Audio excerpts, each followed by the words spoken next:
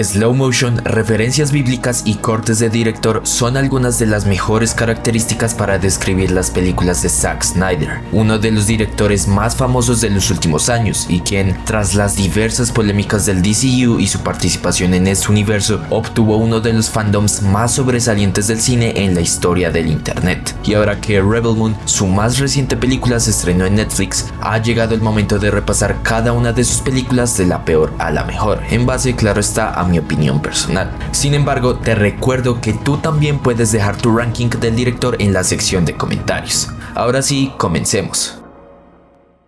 Sucker Punch sin lugar a dudas es la peor película de Zack Snyder por varias razones, pero principalmente considero que lo que termina por hundir a esta cinta es su pésima historia, una que sigue el intento de escape de Baby Doll y sus compañeras de un asilo al que fueron internadas por medio de 5 elementos, mientras la protagonista imagina un mundo fantástico, por así decirlo, para obtenerlos. Y aunque la trama puede sonar interesante, en realidad el desarrollo de la historia es extremadamente malo y confuso. Y es que la película, al nunca hacer el esfuerzo por explicar el por qué Baby Doll imagina el mundo surreal o cosas por el estilo, cada una de esas escenas pierden relevancia, ya que no aportan en nada a la historia. Incluso si alguien eliminara estas y decidiera proyectar la película nuevamente, se daría cuenta de que la trama sigue exactamente igual, porque el único motivo por el que existen esas escenas aparentemente es para que Snyder lograra presentar un largometraje de 1 hora y 40 minutos. Además, a diferencia de las demás películas del director, esta posee un CGI exagerado, batallas aburridas de ver y un uso excesivo de buenas canciones en momentos planos y tediosos, algo que me recordó bastante a la película de Suicide Squad del 2016. Rebel Moon, la nueva cinta del director, resultó ser una pésima película, empezando por los personajes cero interesantes que presenta, los cuales son 100% genéricos, aburridos y existen en la trama solo porque deben existir para acompañar a la protagonista sin una motivación clara del por qué lo hace. Y obviamente, con un desarrollo de personaje nulo junto a actuaciones planas, los personajes llegan a importar tan poco que si se muere uno o están en peligro da igual, porque solo están allí para rellenar un espacio, a pesar de que la película medianamente le da 2 diálogos a cada uno de estos en su escena de presentación o reclutamiento. De igual manera, la historia es tan intrascendente que, a pesar de ya haber una segunda parte confirmada, no te genera ese sentimiento de querer seguir viendo más de este universo. Esto por el tema de los personajes que acabo de mencionar, lo predecible que fue el guión, pero sobre todo por el mundo tan visualmente aburrido en el que se sitúa Rebel Moon. Y con esto no me refiero solamente al planeta que la protagonista va a defender, sino todo el universo en general que plantea la película, con planetas monótonos, criaturas olvidables y naves cero icónicas, que si tomamos como referencia la primera película de Star Wars tal y como lo hizo Snyder en gran parte de su argumento, entonces nos daremos cuenta que el director falló en todo, siendo este para mí el aspecto más decepcionante de la película, ya que si bien Snyder en el apartado de historia y guión la mayoría de veces ha sido un desastre, los visuales y fotografía siempre han sido lo más destacado del director, cosa que Rebel Moon no posee para nada. Ahora simplemente falta esperar a que la segunda parte no termine por empeorar todo aún más. Ga'Hoole es la primera y única película animada de Zack Snyder, una que presenta la historia de Soren, un joven búho que es secuestrado por los puros, una secta malvada que busca dominar el mundo, por lo que Soren, para salvar a todos, debe escapar y encontrar a los guardianes de Ga'Hoole, una legendaria orden de búhos que luchan por la justicia, siendo lo más destacado de la película la animación que tiene, la cual gracias a su gran nivel de detalle hace ver al mundo de Ga'Hoole vivo y a sus protagonistas lo más realistas posibles. Sin embargo, debido a su trama predecible y en muchos momentos aburrida, la película nunca generó un vínculo lo suficientemente fuerte como para interesarnos por el mundo o sus personajes, quienes en su gran mayoría llegan a ser insoportables por el humor que manejan y el desarrollo de personaje nulo que presentan. Por otro lado, hay momentos en los que la cinta comienza a preparar el terreno para futuras entregas cuando su propia base ni siquiera es lo suficientemente sólida como para generar interés, siendo Ga'Hoole una película con excelente animación y fotografía, pero con una historia olvidable y débil para lo que pudo haber sido. Un problema que veremos a lo largo de la filmografía de Zack Snyder, pues el director siempre se ha destacado por tener una muy buena cinematografía, pero un pésimo manejo de guión e historia. Dawn of the Dead es la película menos Zack Snyder de toda su trayectoria, y con esto me refiero a que al ser la primera producción del director, esta cinta no cuenta con el tono lúgubre o el slow motion que tanto caracterizan al director, sino que en su lugar Dawn of the Dead presenta una historia que, si bien es sencilla y no hay mayor desarrollo de personajes, realmente resulta ser bastante disfrutable, especialmente si lo único que buscas es ver una película entretenida, gore y mucha acción. Sin embargo, considerando que esta cinta es un remake de una de las películas de zombies más icónicas de todos los tiempos, esta nueva versión sacrifica el terror psicológico que presenta su predecesora por escenas sangrientas que no llegan a tener el mismo impacto que tenía la original.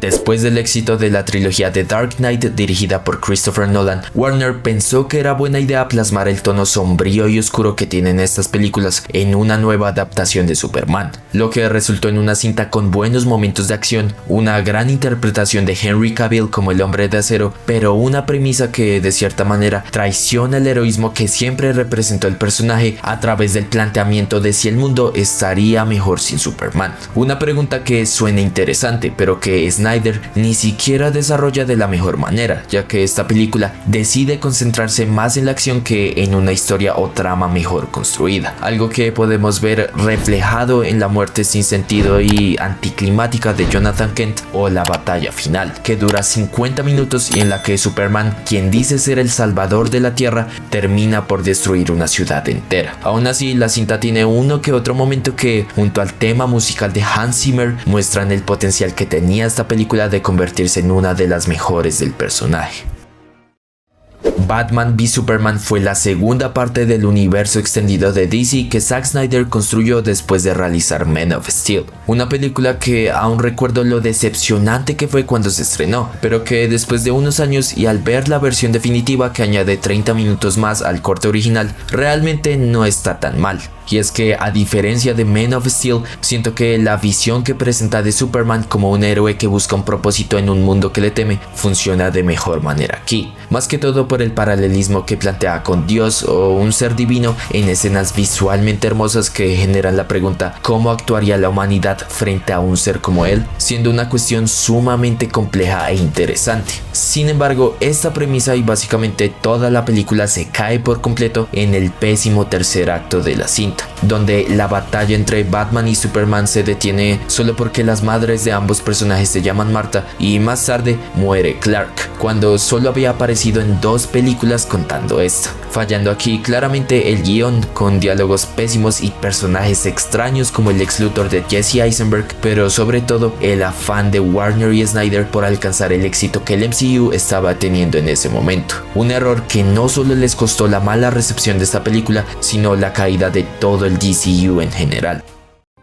300 cuenta la historia de la batalla de las Termópilas, en la que 300 espartanos liderados por el rey Leónidas se enfrentaron a un ejército persa de cientos de miles de hombres. Una película visualmente impresionante que rinde homenaje al material original, presentando una cinematografía excelente y un diseño de producción bastante destacado. Además, debido a la sencillez de la historia, es muy fácil conectar con los personajes y sus motivaciones sin mayor problema. Aún así, considero que las batallas y enfrentamientos siempre serán lo mejor de esta película, ya que están increíblemente ejecutadas, con coreografías intensas y una ejecución visualmente impactante, sumado claro está a la sangre que vemos en pantalla. Además, la película logra equilibrar la acción con elementos visuales simbólicos y diálogos impactantes como la famosa frase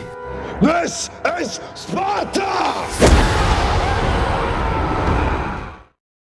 ¿Quién vigila a los vigilantes? Esta es parte de la premisa de Watchmen, una película que se aleja del típico argumento que hace ver a sus héroes perfectos para presentar un mundo oscuro y corrupto en el que los superhéroes son tan peligrosos como los villanos, siendo la complejidad de la historia y sus personajes lo más destacado de la cinta, especialmente si hablamos de Rorschach, interpretado por Jake Haley, quien la mayor parte del tiempo lleva la trama a otro nivel gracias a su gran actuación, junto con el apoyo, claro está, de increíbles personajes como lo son Dr. Manhattan o The Comedian. Además, al igual que con 300, Snyder logra capturar la estética única del cómic por medio de unos visuales asombrosos y un gran diseño de producción, los cuales cuales elevan la cinta a otro nivel a través de momentos inolvidables como lo son los créditos iniciales o el motín en la cárcel. Incluso el cambio que realizó la película con respecto a Dr. Manhattan reemplazando al calamar gigante me parece bien ejecutado y en ningún momento se sintió fuera de lugar, ya que al fin y al cabo sigue la misma lógica del material original. Siendo Watchmen una película que, al igual que The Boys, rompe con el argumento típico del género para ir más allá e innovar con una trama e historia mucho más madura e interesante. Tras la muerte de su hija y diversos problemas creativos con Warner y los ejecutivos de la compañía, Zack Snyder se retiró de DC en medio de las filmaciones de la Liga de la Justicia, adaptación que, después del fracaso tanto en crítica como en taquilla de Suicide Squad y Batman v Superman, el estudio buscó arreglar lo que Snyder ya había filmado contratando a Joss Whedon, director de las dos primeras entregas de Avengers, para que le diera un toque más Marvel a todo. Una decisión que, si bien buscaba arreglar la película y el futuro del DCU, terminó por empeorar todo, pues Whedon destruyó la visión de Snyder al introducir tramas innecesarias, desarrollo de personaje nulo, chistes fuera de lugar y aún peor, cambiando el color oscuro de la cinta a uno feo fosforescente, sin olvidar el mal CGI que tuvo el bigote de Henry Cavill o el personaje de Steppenwolf, cosa que, junto a varias declaraciones de Snyder hablando de lo que habría sido su visión, provocó dentro del fandom una necesidad por ver esa versión de la cinta, empezando así la gigantesca campaña de Release the Snyder Cut, una que, tras el desorden creativo en DC y la necesidad de Warner por impulsar las suscripciones de HBO Max, logró volverse realidad. Una película que, a pesar de tener 4 horas de duración, no se siente para nada lenta o aburrida, y esto creo que se debe en gran parte gracias a la historia y personajes, características que, si bien no son el fuerte de Snyder como mencioné anteriormente, en esta película sí que lo son, especialmente si hablamos de Flash y Cyborg, quienes, gracias al desarrollo de personaje que poseen, destacan sobre los demás con momentos memorables, como la escena de Barry retrocediendo el tiempo para salvarlos a todos o Cyborg destruyendo las cajas madre. Sin embargo, ambos personajes no fueron lo único destacado, pues cada miembro del equipo tiene una o más escenas donde brillan por sí solos. Por otro lado, la historia general se torna tan interesante que, junto a las visiones del futuro apocalíptico donde Darkseid gana y Superman se convierte en aliado de él, me dejaron con ganas desde la primera vez que vi la película de ver más de esta historia desarrollada por Snyder. Asimismo, el CGI es impecable, Steppenwolf como villano es bastante convincente y, en general, la película es excelente, aunque no perfecta, claro está. Ahora que llegamos al final del video, te invito a dejar tu ranking del director en la sección de comentarios. Y sin nada más que decir, te agradezco por haber llegado hasta el final del video y te recuerdo que puedes darle like y suscribirte al canal para ver más contenido como este relacionado a películas o series. Les habló Juan Roa y esto es Sin Expedientes. Hasta la próxima.